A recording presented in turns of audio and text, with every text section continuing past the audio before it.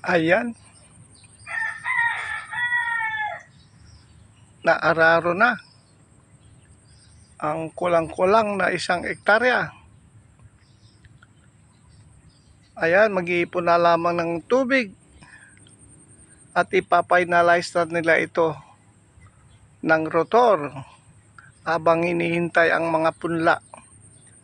Ang mga punla ay naka-ready na, nakatanim na, hintay lamang mga 2 linggo na ito'y lumaki at ito ay itatanim na dito sa bukid na ito. Ayan,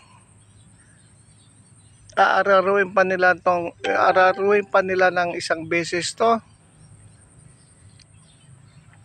at tataniman na nila. Ayan,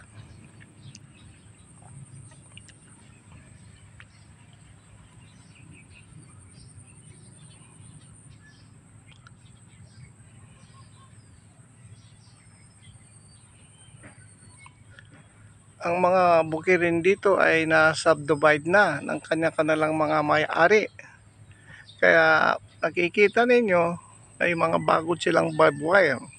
At ang mga poste ay talagang pangmatagalan na. Sinemento nila ang mga poste. Pangmatagalan na hindi masisira. Ayan.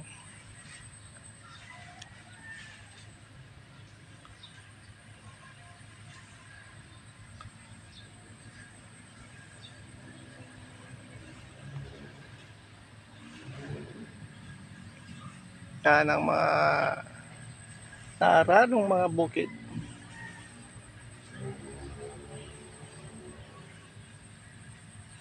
Ayan.